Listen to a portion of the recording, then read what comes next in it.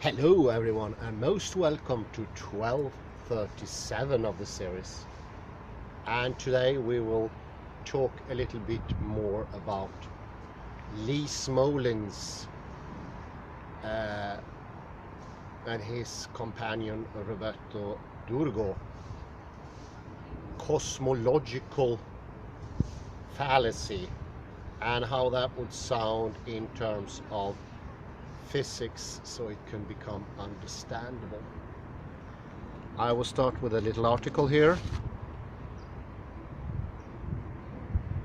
Roberto Unger is his correct name. The singular universe and the reality of time is this little leaflet. It's a sort of summary of the book by the book Singular Universe and the Reality of Time. The book is extensive. It's a whopping 550 pages. I wouldn't say it's the most complicated. It's more or less transparent. We need to remember that Roberto Unger is more of a philosopher and thinker, so he tends to keep it on a understandable basis.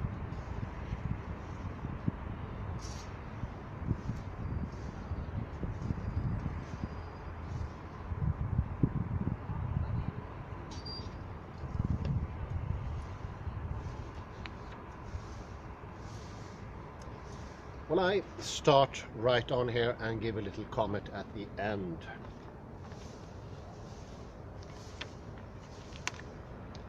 To do genuinely interdisciplinary and transdisciplinary work is the goal of many scholars. Some achieve it better than others.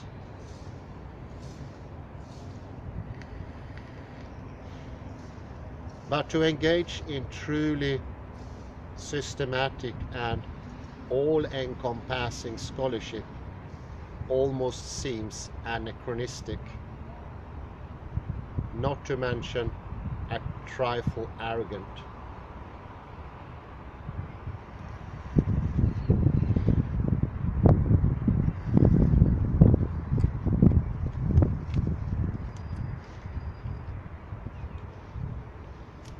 Given the complexities involved in mastering even a single discipline, we could have the audacity to claim expertise across them all.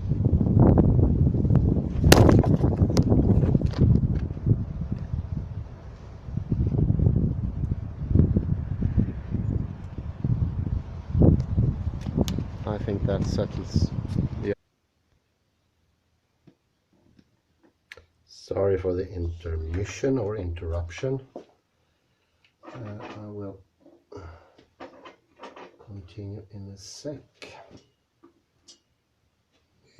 I caught some rain on the way here. And this is my first try out at some better illumination. I'm standing here looking into rather strong lights. See how this plays out.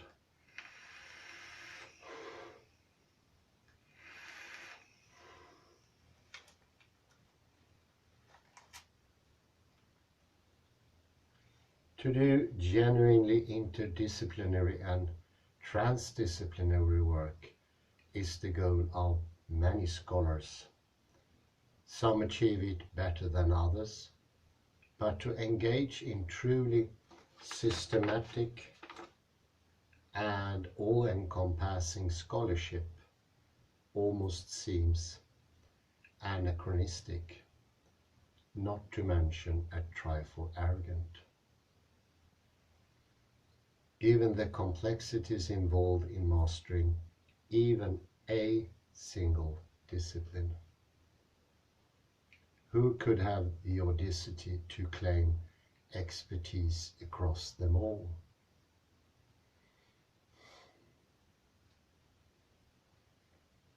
Such ambition and systematicity not to mention the borderline audacity that underlies it, is part of the thrill that comes from reading any book by Roberto Unger.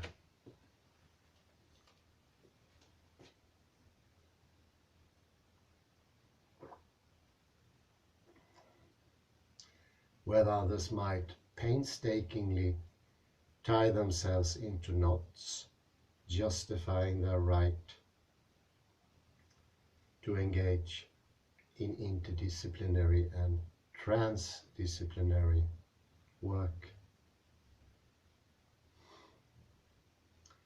Unger simply steamrolls over all objections to think and write about whatever he wishes.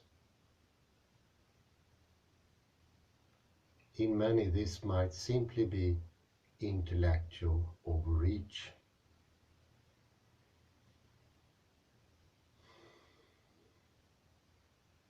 But Unger is the rare exception.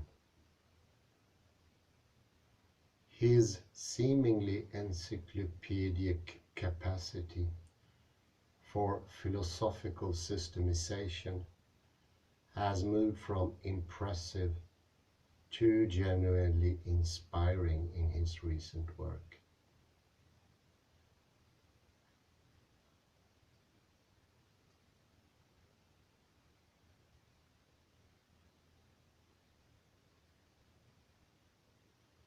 Unger began his career at Harvard Law in the 70s as a founding member of the critical legal theory movement in American jurisprudence. His youthful manuscript, Knowledge and Politics, remains a minor classic.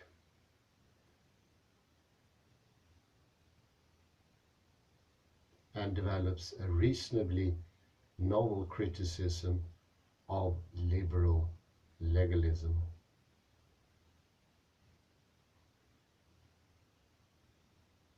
However, it was not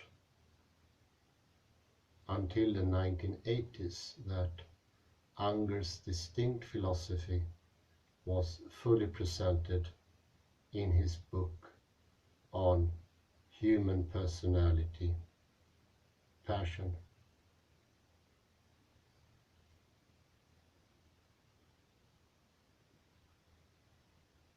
And the seminal 3 volumes of Politics.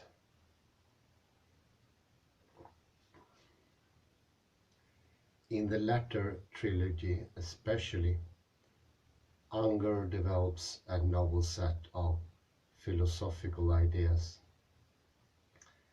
that he has continued to deepen until this day.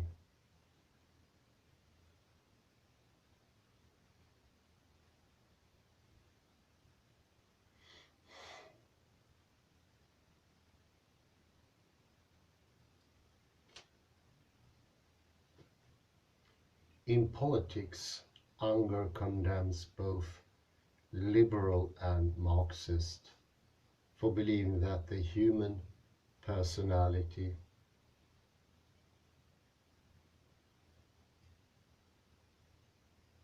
and anthropic history can be understood through conceptualizing sets of eternally applicable scientific laws.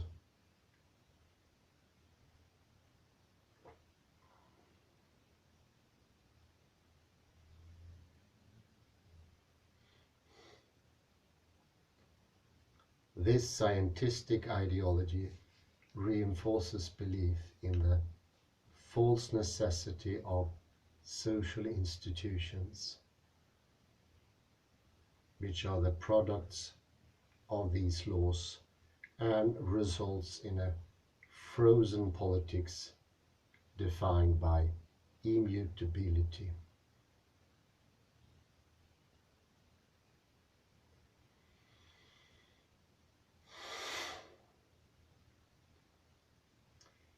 He argues we must reject this false necessity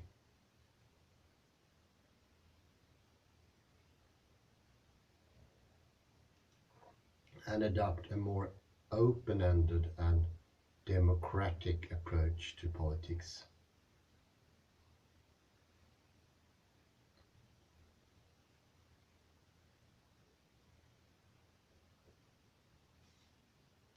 One might be tempted here to classify Unger as a postmodern critic.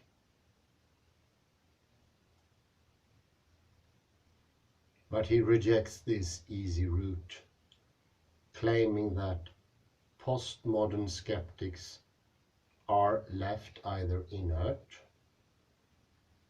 or believing in the ultimate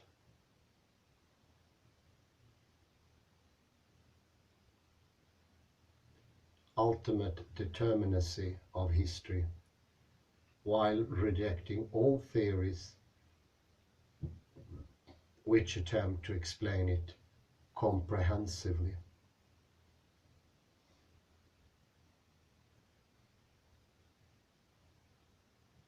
This vision of history reaches an appropriate peak in his book,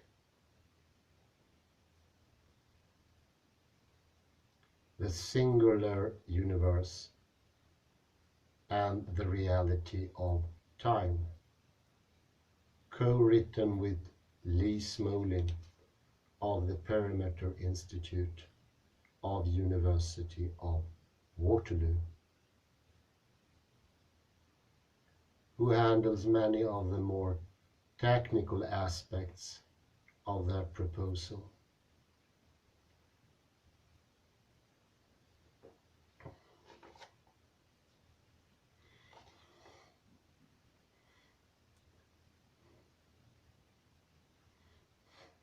Unger is primarily responsible for the philosophical claims, which will be the focus of my review.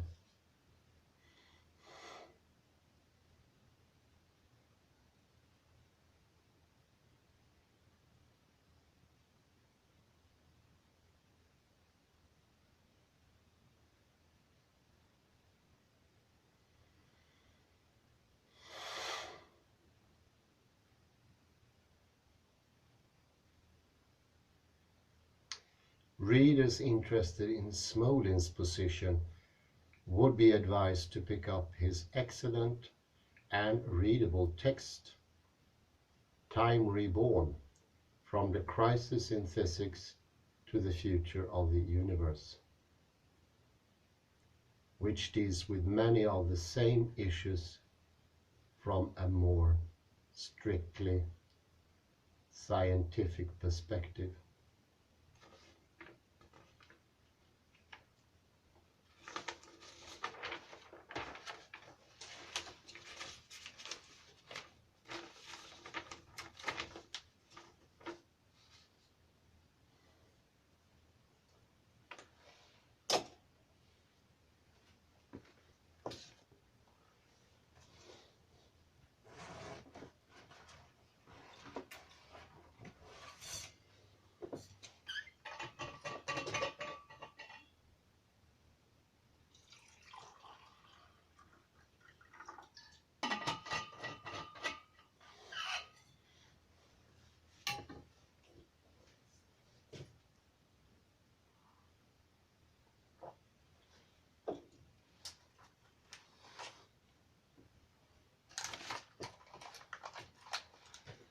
The rejection of Platonism.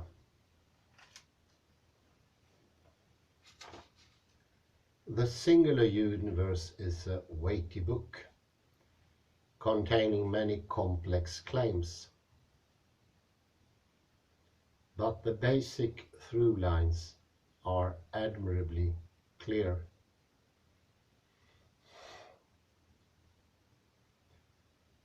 Unger and Smolin believe that the discipline of physics has been hampered by their adherence to certain methodological and even metaphysical assumptions.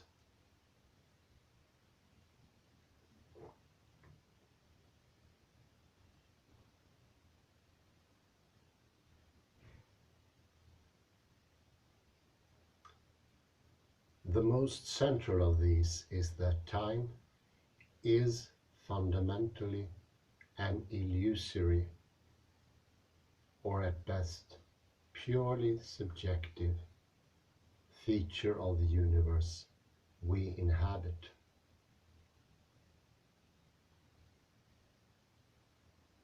Unger and Smolin believe that many physicists are led to this belief about time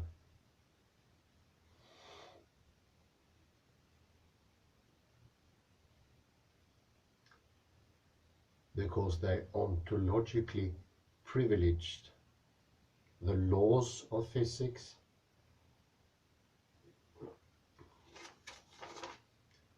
over the various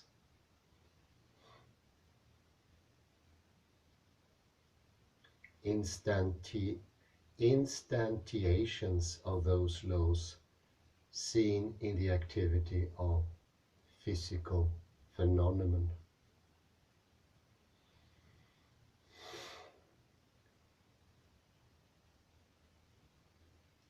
These laws are seen as ontologically prior to experience.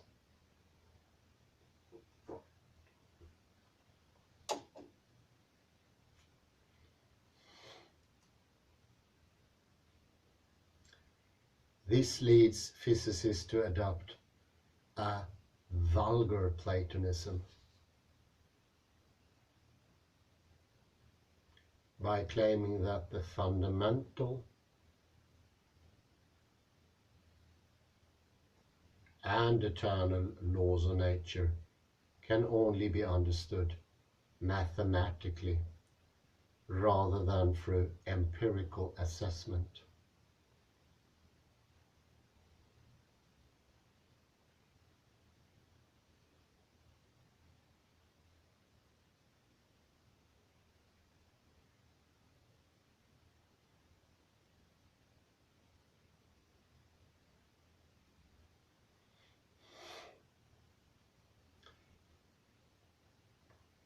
For aesthetic reasons, many physicists believe it is more important to focus on using mathematics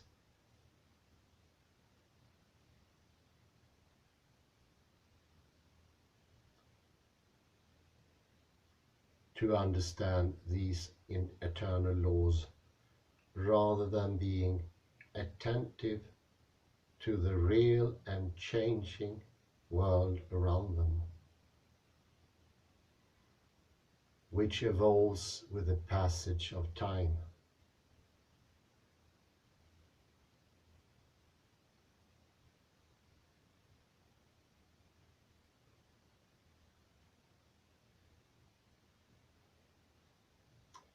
By contrast, Unger and Smolin believe that while mathematics is a useful tool for physicists,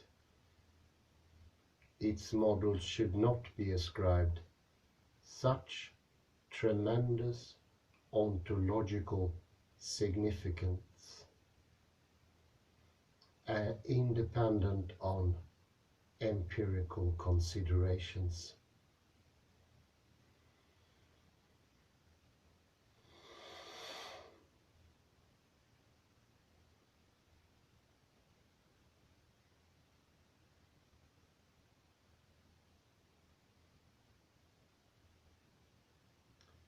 Unger and Smolin believe that a more speculative but also empirically minded approach to physics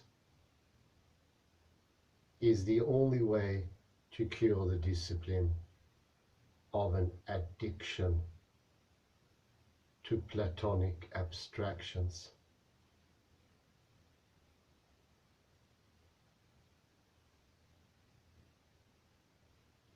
They argue that physicists should instead pragmatically engage in reflection about the empirical data presented to them before checking it against the most reliable metaphysical proposals available.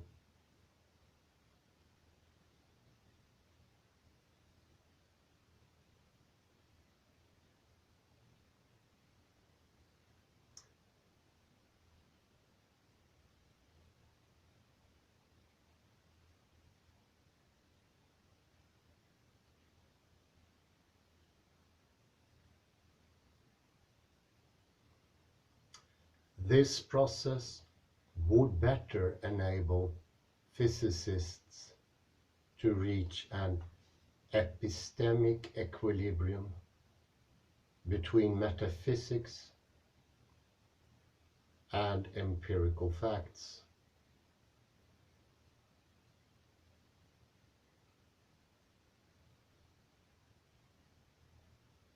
They can engage in sophisticated and empirically testable speculation about the most basic characteristics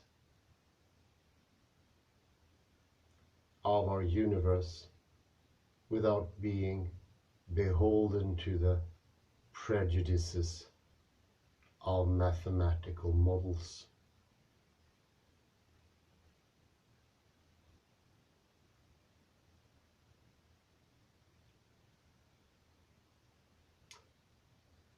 Applying the unique methodology to more concrete questions,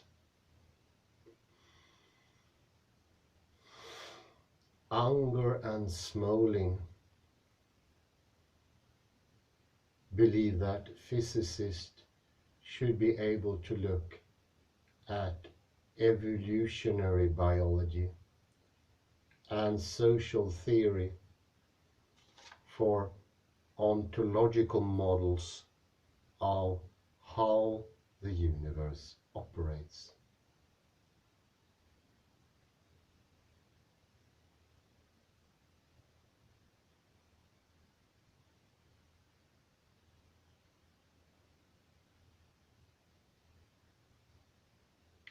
Drawing on Unger's earlier work, both authors believe that these latter schools of thought gradually abandoned a belief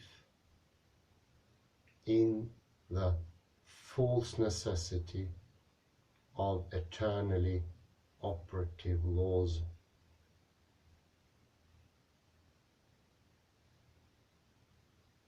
Unger and Smolin interpret Darwin as saying that life, and for that matter society, evolves without a teleological orientation,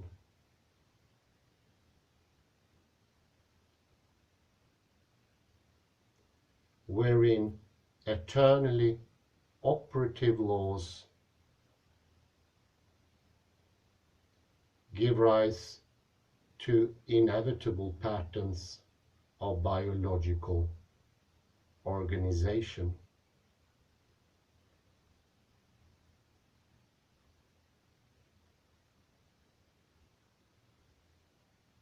By contrast to deterministic theories of biology and society, this implies that the future for life and the social world is probabilistic and can be changed by shifts in the past.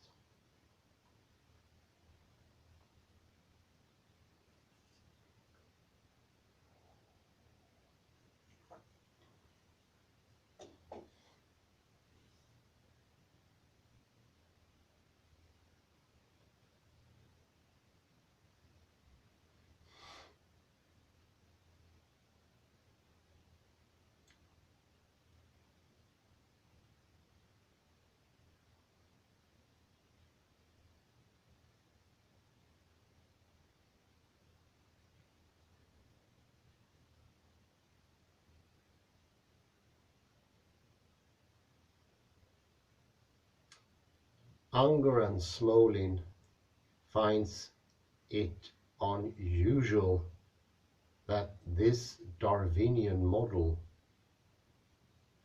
possesses a great deal of explanatory power in the realms of evolutionary biology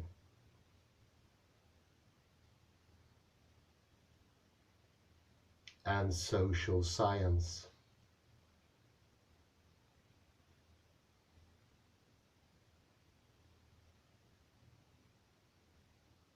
And yet it has not been adapted by physicists.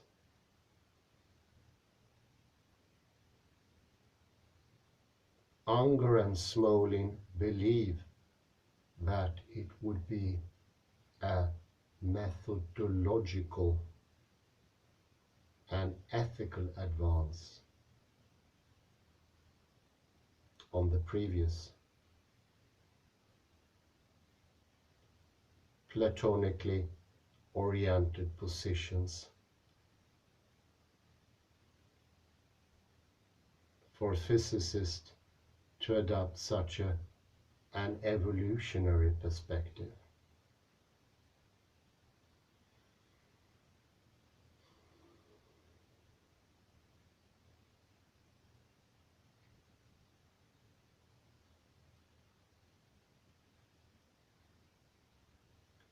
It would be methodologically superior because it would enable them to more effectively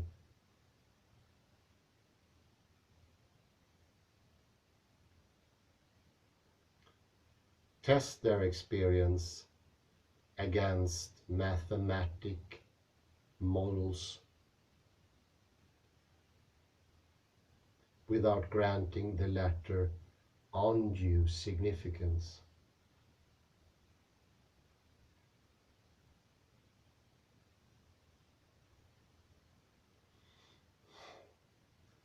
This is because where Platonic models focus on laws, Darwinian models must look at the particular way a given entity evolved over time.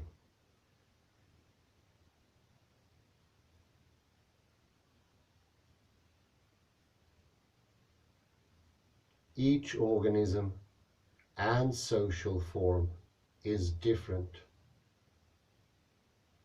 and needs to be explained independently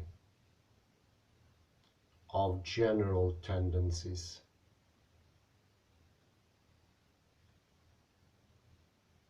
Unger and Smolin believe that the same approach should be taken in physics. Some pointers here is that the Platonic model enforces itself because there is no alternative to it. What elegantly is proposed here by Smolin and Unger is that an evolutionary model with evolving properties, laws, could sort of absolve us from the stuckedness in the Platonic sphere. I would say that is quite given.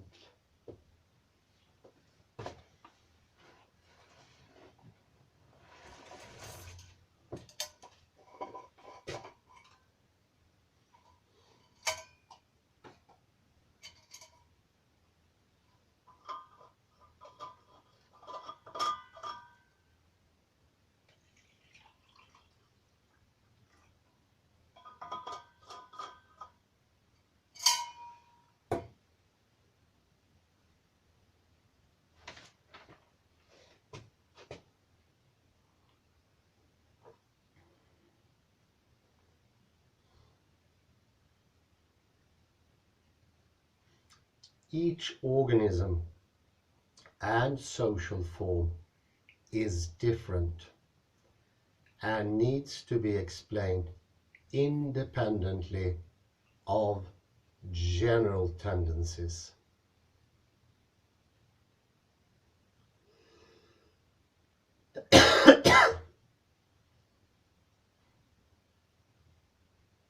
Unger and Smolin believe that the same approach should be taken in physics.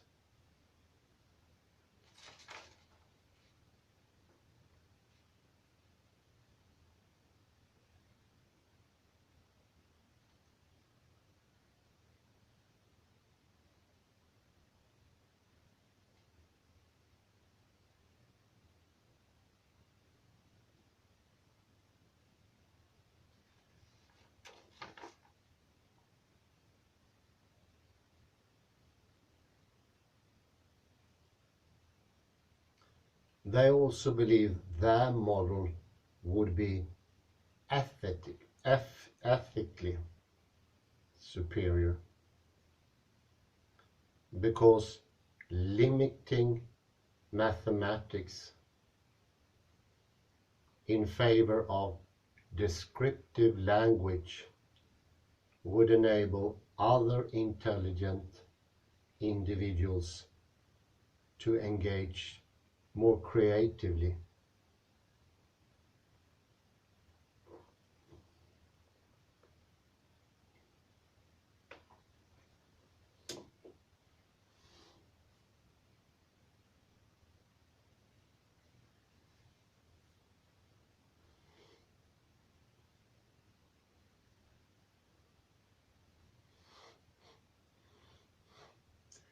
And inclusively in discussions about the nature of our universe,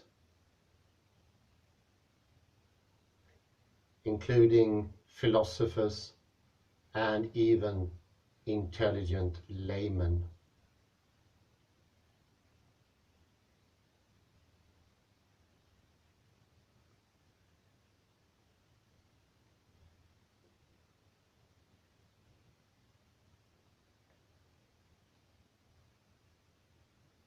Indeed, Smolin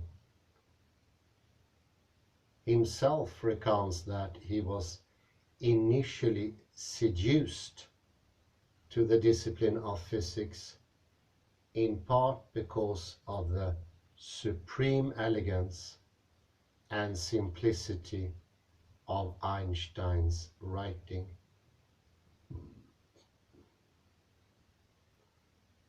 As it is,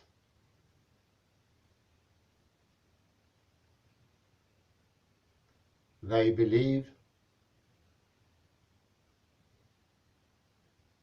the opaque quality of physics transforms it into a more hermetic discipline, occupied by experts who, despite their virtues, have been unable to resolve the most basic problems of their discipline.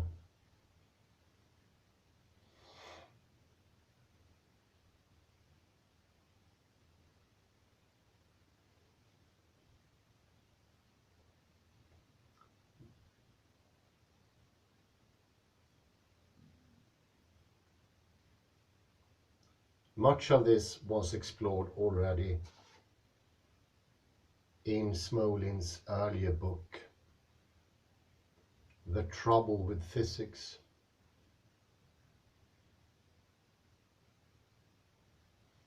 Though this distrust of elite opinion also pervades Unger's oeuvre.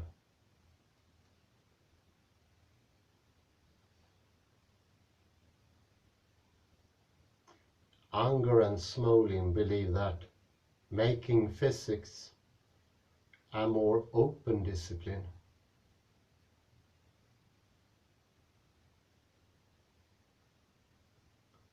might enable it to assimilate insights that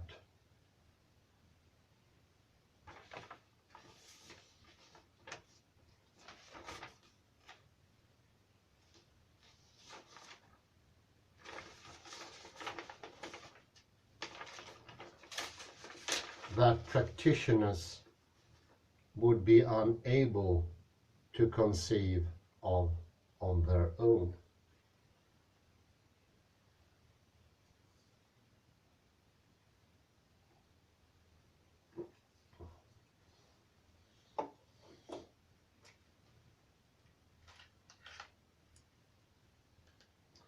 Reducing the emphasis on mathematics would be a crucial step.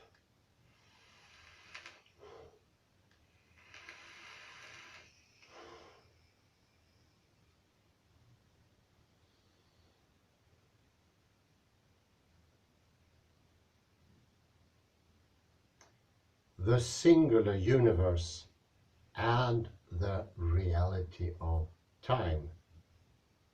Now we're coming to the goody part.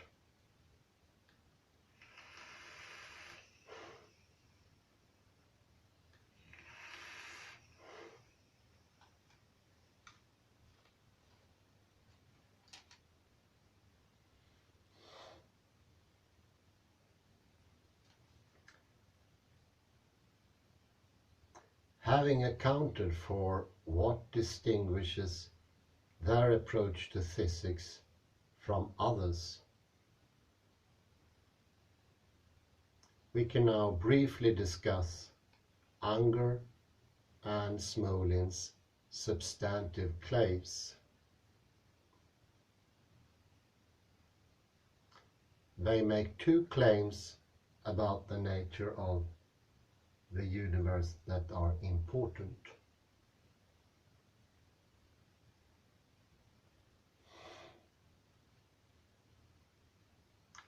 The first is that time is real rather than an illusion experienced by finite beings in one part of the universe.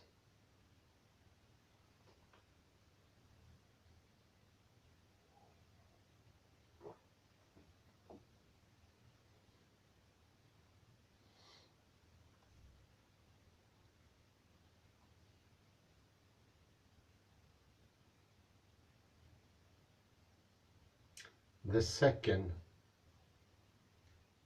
is a rejection of the multiple universes or multiverse hypothesis.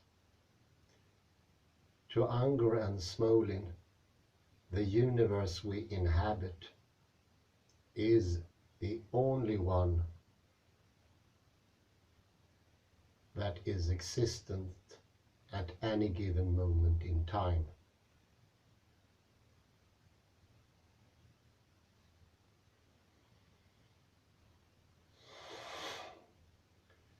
That position concerning time is predicated on two arguments.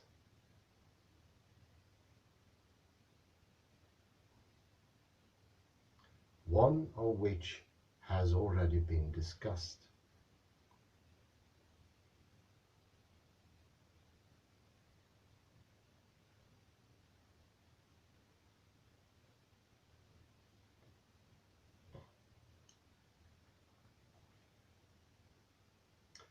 The first argument is that the universe as we experience it is the product of relational and contingent processes which led to probabilistic outcomes. As mentioned before, they draw an explicit parallel here with the Darwinian model.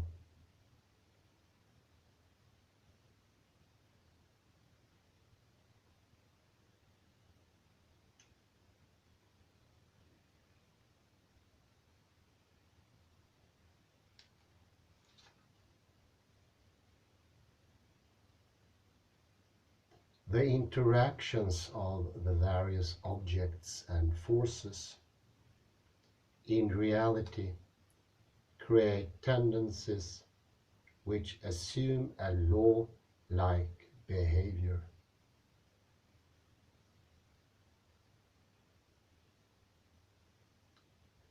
But laws does not pre-exist and determine these interactions.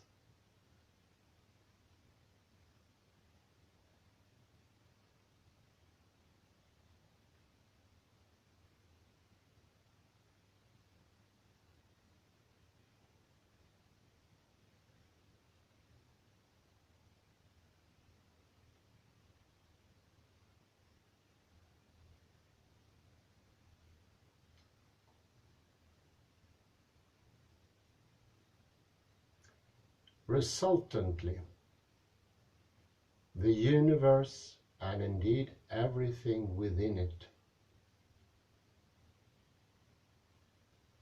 is not a necessary outcome of eternal laws operating within what finite subjects experience as space-time.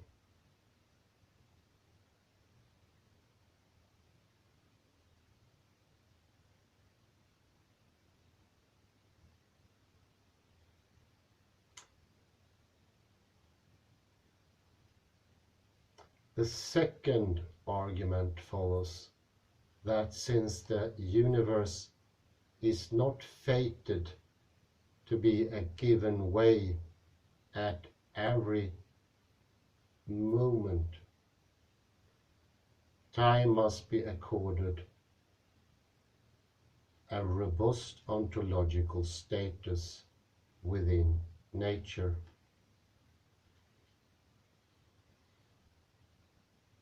Here Unger and Smolin contrast their views with other historically significant perspectives.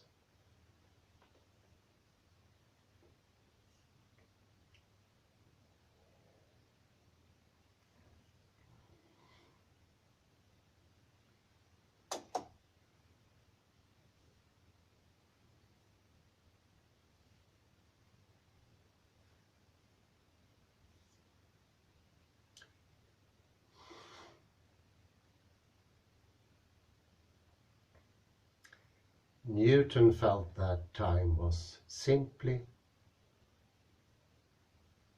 phenomena experienced by finite beings within the mind of God.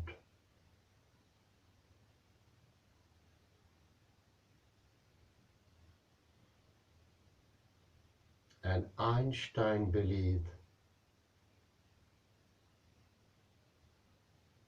it was phenomena experienced by individuals moving within a relative world line.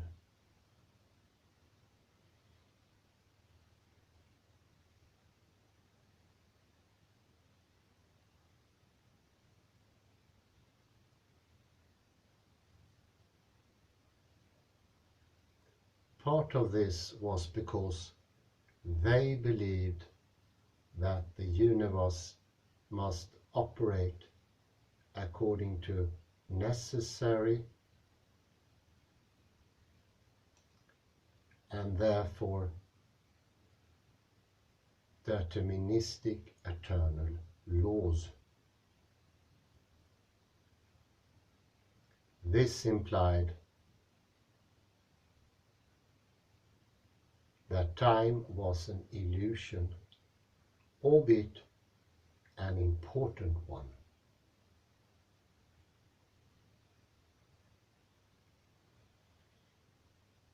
By contrast, Unger and Smolin argued that since the laws of nature appear to be contingent and constantly evolving, the future remains undetermined.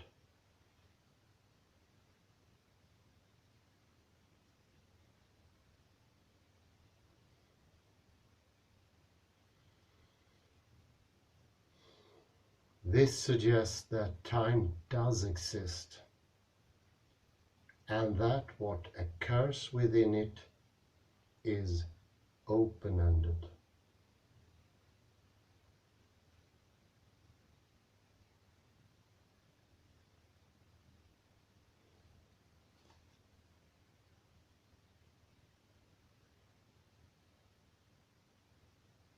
To invoke the classical metaphor, God could not stand outside the world with perfect knowledge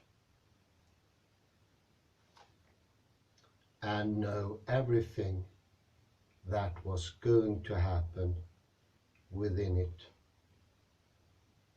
because what occurs within the world is determined by the actions in it, not by laws which are known in advance.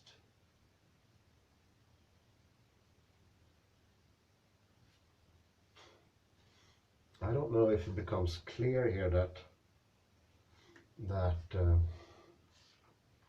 this is the main problem. They are, Smolin and Unger are elegantly pointing out that here lies the problem of abstraction. This is the trap that Tegmat stepped into and we been following. It's a trap that is very hard to define and point to, but Smolin and Unger does this with utmost delicacy and finesse. Once the eternal laws are set in place, they will play out whatever that comes, inevitably. So we need to go back and see if we can, so to speak, loosen them up from within.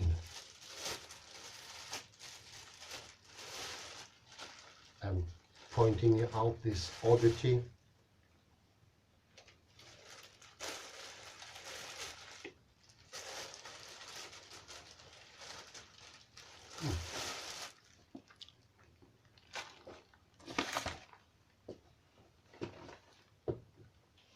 that there is a hidden outside perspective hiding out of you,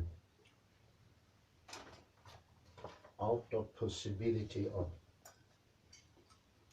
being taken up for discussion.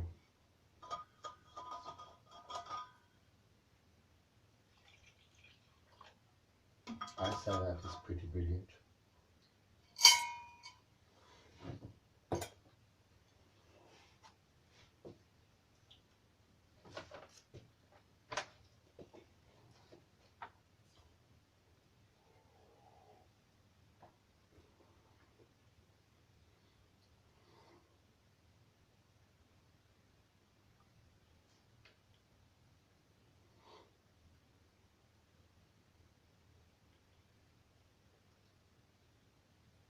This suggests that time does exist, and that what occurs within it is open-ended.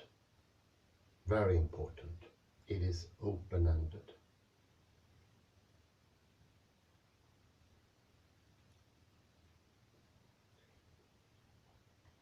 The second point, which is as important and I would say possibly a bit easy to understand,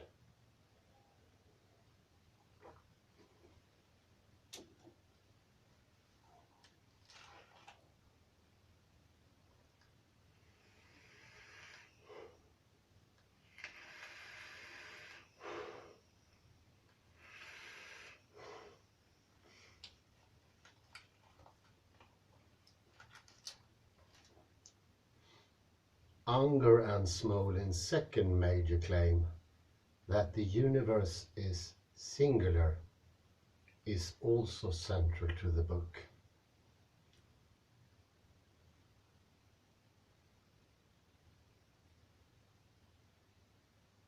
In my opinion, it is somewhat less interesting to anyone not already engaged in the multiple universe debate. And here I need to put in a parenthesis. Although I dislike doing it, I don't agree at all. I think actually the critic here misunderstood or haven't been able to understand the importance of single universe beyond multiverse. Multiverse is one thing that single universe sort of contradicts, but I would say the underlying assumption or idea is both in Newtonian physics and Einsteinian. But of course, yes, one thing is a criticism of multiverse. But here we continue.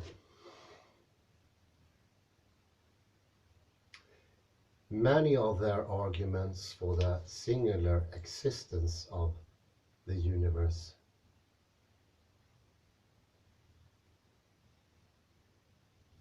flow from what has been said before and are predominantly negative rather than constructive.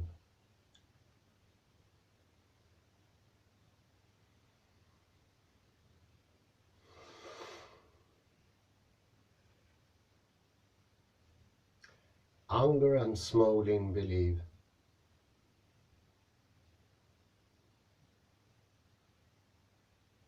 that the multiverse hypothesis is unempirical,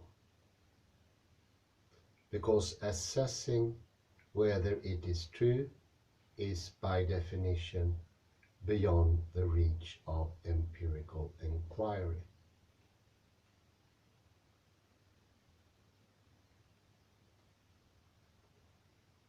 They understand the multiple universe hypothesis as being developed to make quantum mechanics palatable to physicists by suggesting the world was still deterministic at the base rather than probabilistic.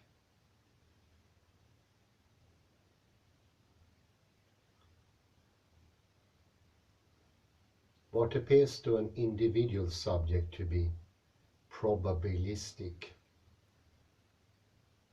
tendencies at the fundamental level can actually be redescribed in a deterministic way, since all probabilities will ultimately be realized in the multiverse.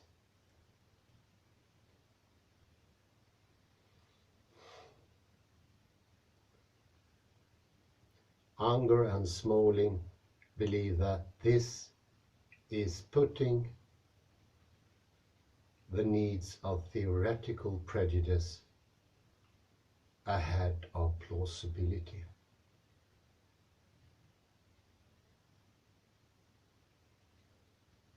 They suggest that if quantum mechanics suggests we live in a probabilistic universe, perhaps we must simply accept this and spell out the consequences.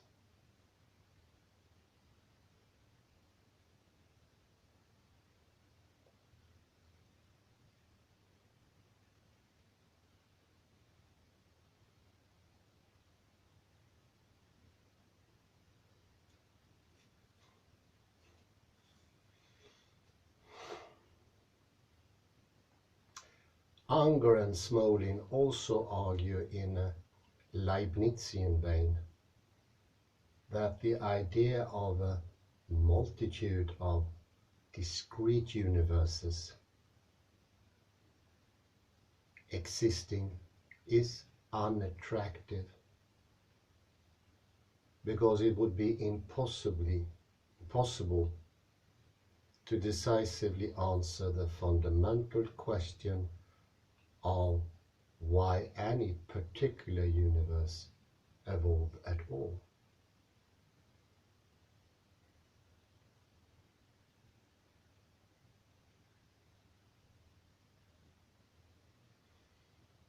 If the multiverse theory is understood as Unger and Smolin conceive it,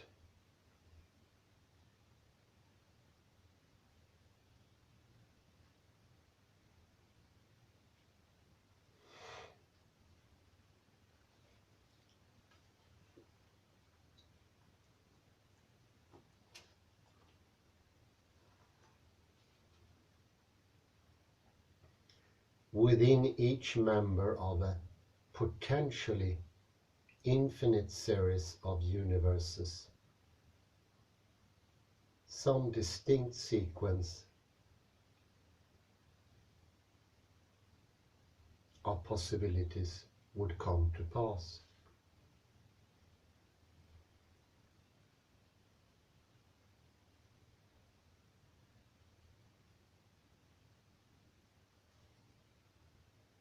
But understood in the broadest way,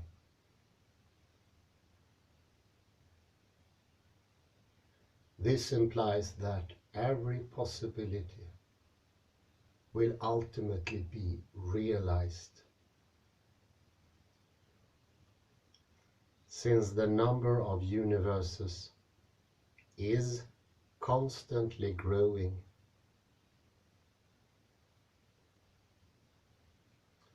Every possibility, even those that seem rationally absurd to us,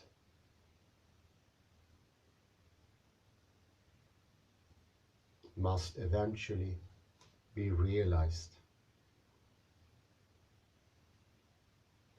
This strikes the authors as deeply unscientific, and it is, I would say, also.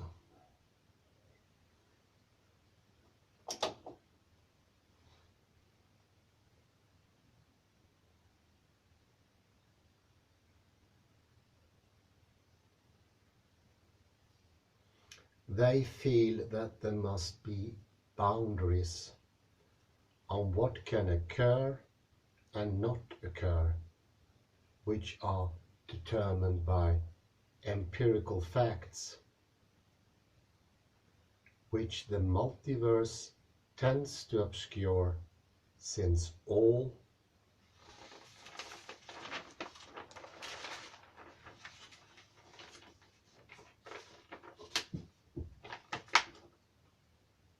possibilities must ultimately be realized within it.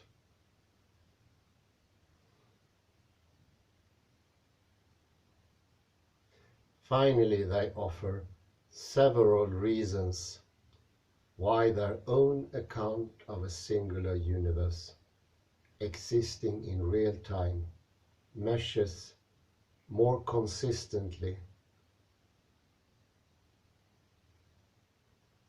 with a given scientific consensus on the facts, while also enabling physicists to better resolve open controversies.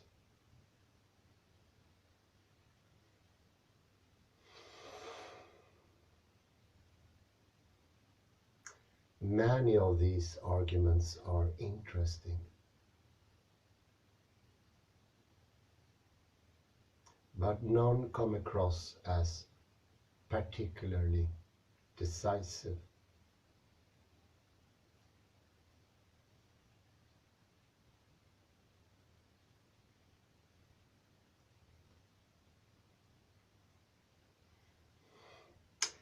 Unger and Smolin's book is a tremendous contribution to the literature on an inherently interesting topic.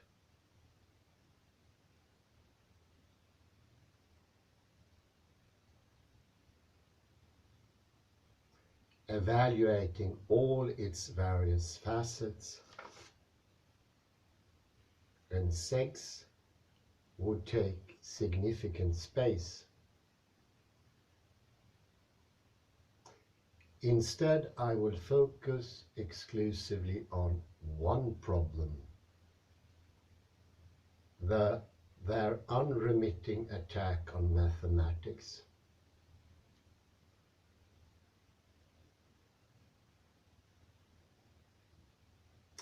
While I agree with many of their critiques of Platonism, I remain uncertain that it can be avoided in all circumstances.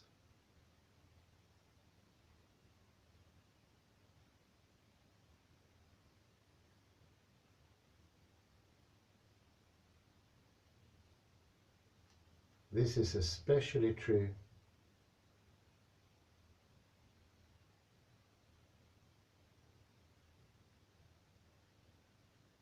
regarding Unger and Smolin's treatment of the infinite and how it applies to various empirical phenomena.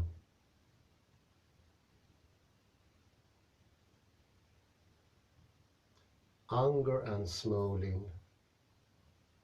conceive of the infinite as an essentially heuristic term of some use but without actual substance.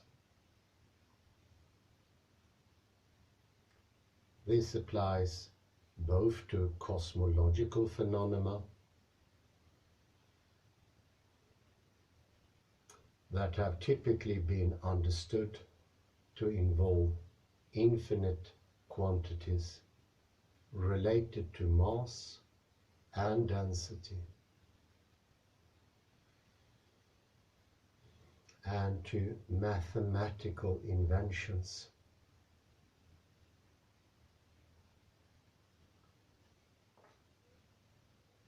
such as the system of transfinite numbers.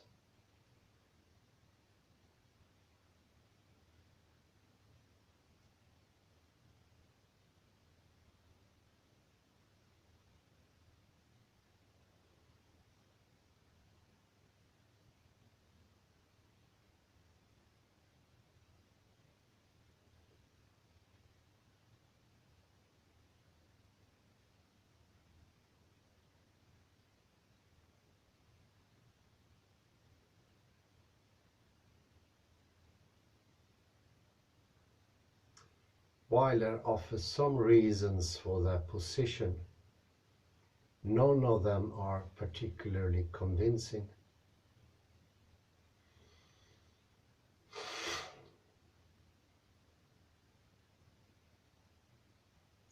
Most involve simply trying to tame the infinity by suggesting that it is little more than a pragmatic tool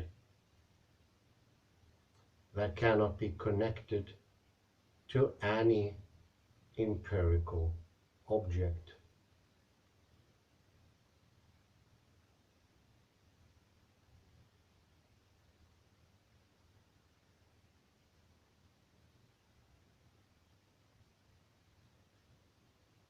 But this strikes one as quite obscure.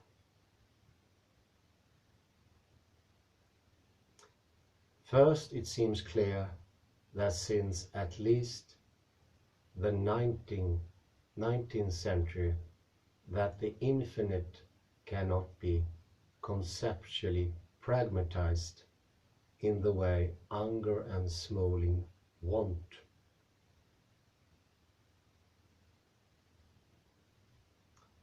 Their account might have been true of the more transcendental accounts given by the scholars like Kant,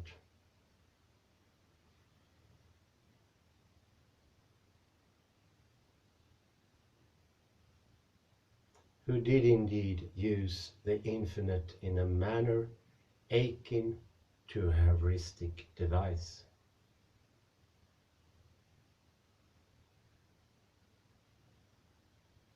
But in a post-Kantorian world, we have developed considerably more rigorous interpretations of the infinite.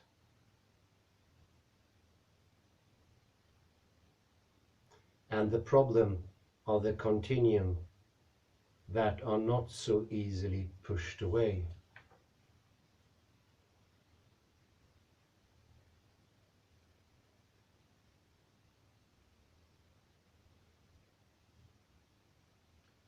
This brings me to my second point. Unger and Smolin might be able to avoid this issue if it were just a matter of mathematical interest.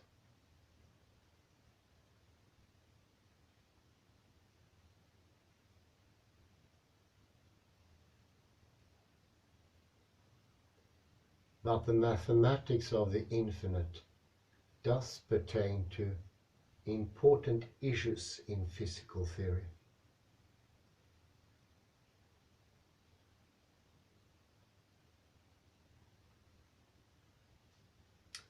A point which has been acknowledged by other philosophically minded physicists, such as Roger Penrose, who points to its necessity when interpreting Hilbert spaces in his book The Road to Reality.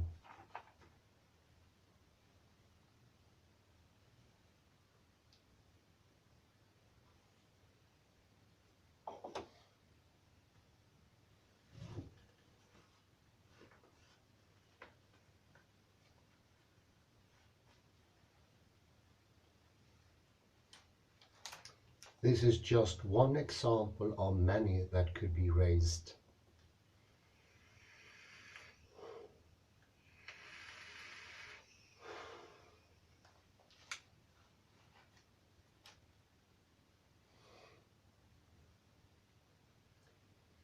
But Unger and Smolin seem largely disinterested in engaging this issue in a comprehensive way.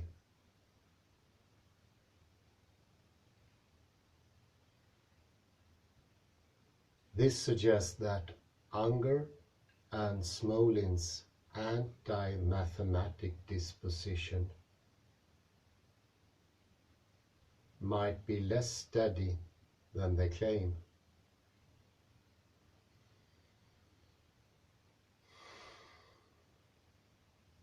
Indeed, at some points, Unger and Smolin's anti-Platonism comes across as doctrinaire.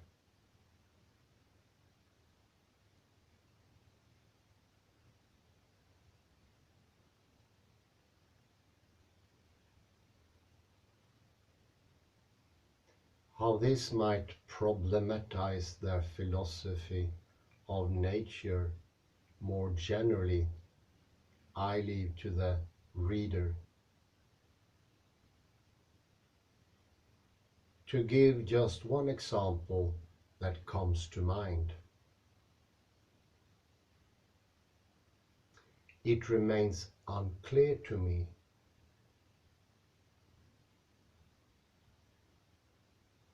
how Unger and Smolin can successfully answer some of the classical cosmological antinomies.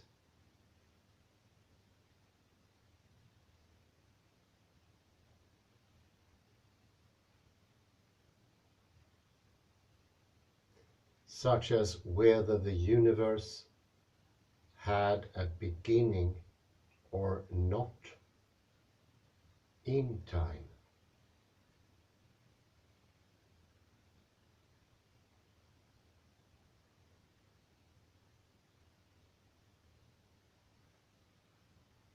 Without wrestling more deeply with these matters,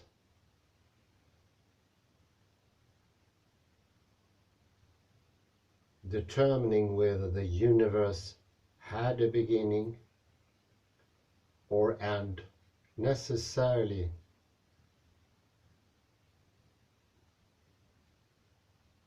involves questions of the finitude of not of time.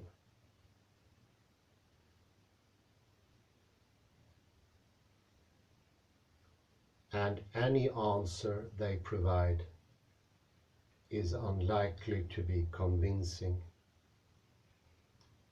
without a more thorough engagement with the mathematics on the issue.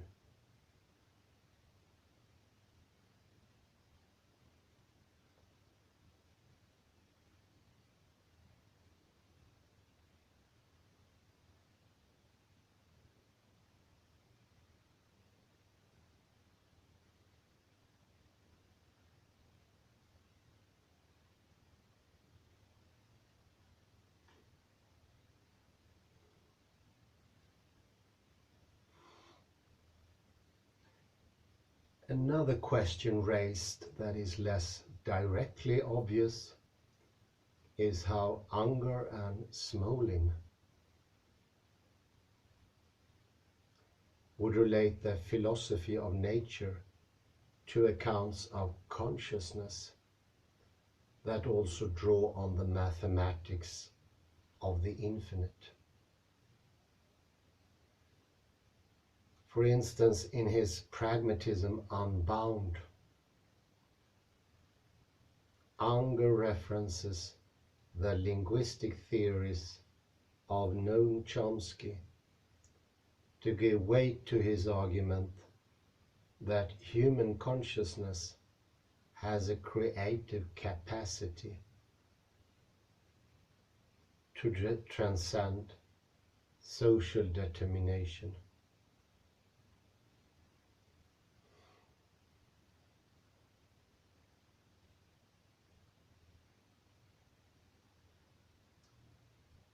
But Chomsky's linguistics depends heavily on Kantorian insights about the infinite, particularly in his arguments about semantic novelty.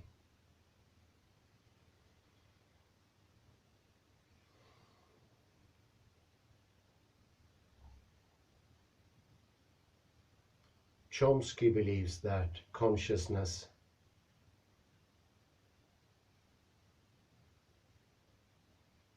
can articulate a potentially infinite number of novel sentences and analyzes this using the tools provided by the mathematics of infinity.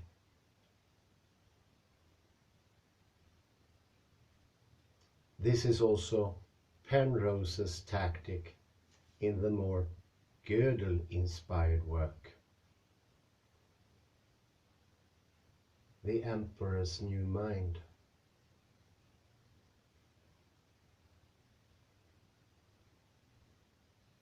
Both these accounts of consciousness rely on the mathematical insights to show how our mind is not entirely determined by empirical reality.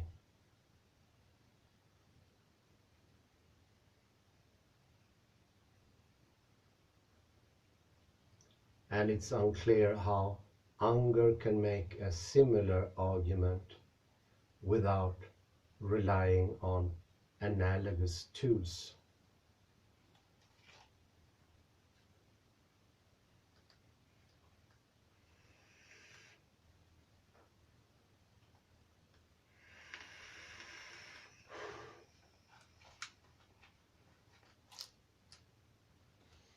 So I'm coming to the concluding remarks. Need some more coffee for that, maybe some cookie.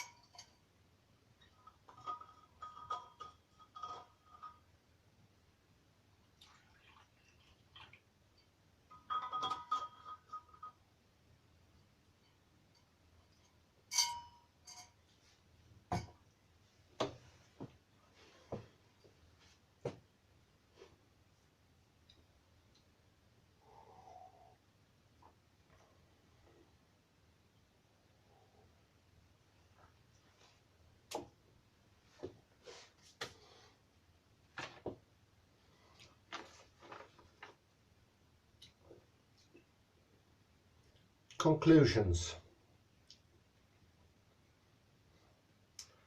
Despite these reservations, this latest co-authored book rounds off Unger's oeuvre and gives him good claim to be called one of the greatest philosophers of our time.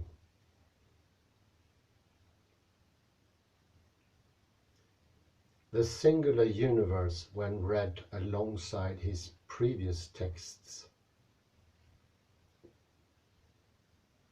presents a comprehensive, detailed, and ambitious philosophical system.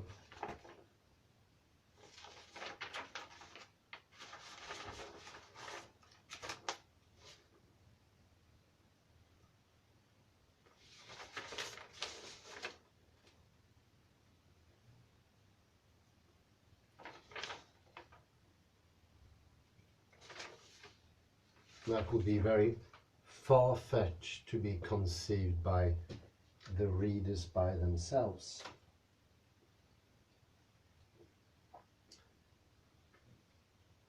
I would explain this way. Think of the world like a big sphere. We are inside of this sphere. There is no way of looking from the outside into the world.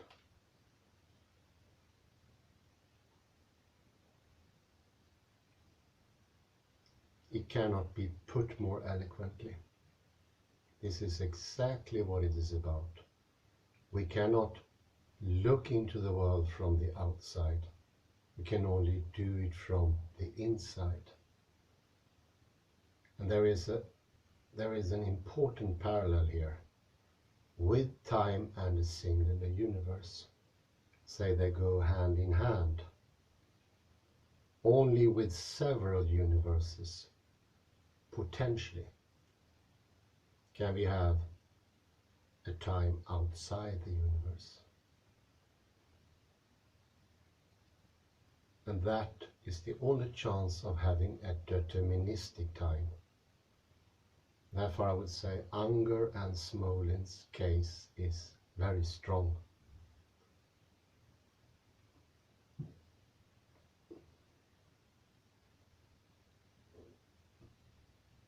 I think this is the strongest ever argument against determinism and the idea that time is something unreal, just a little factor in the scribblings of an equation. And I think it's incredible because this is an incredibly beautiful gift to humanity from Unger and Smolin. Because without this understanding, I think we have no choice than to live in Platonism, whether we like it or not. We don't really have a choice. They present a different universe, a universe that is understandable in a deeper sense than just as a model from the outside, which actually gives little, almost none of the understanding.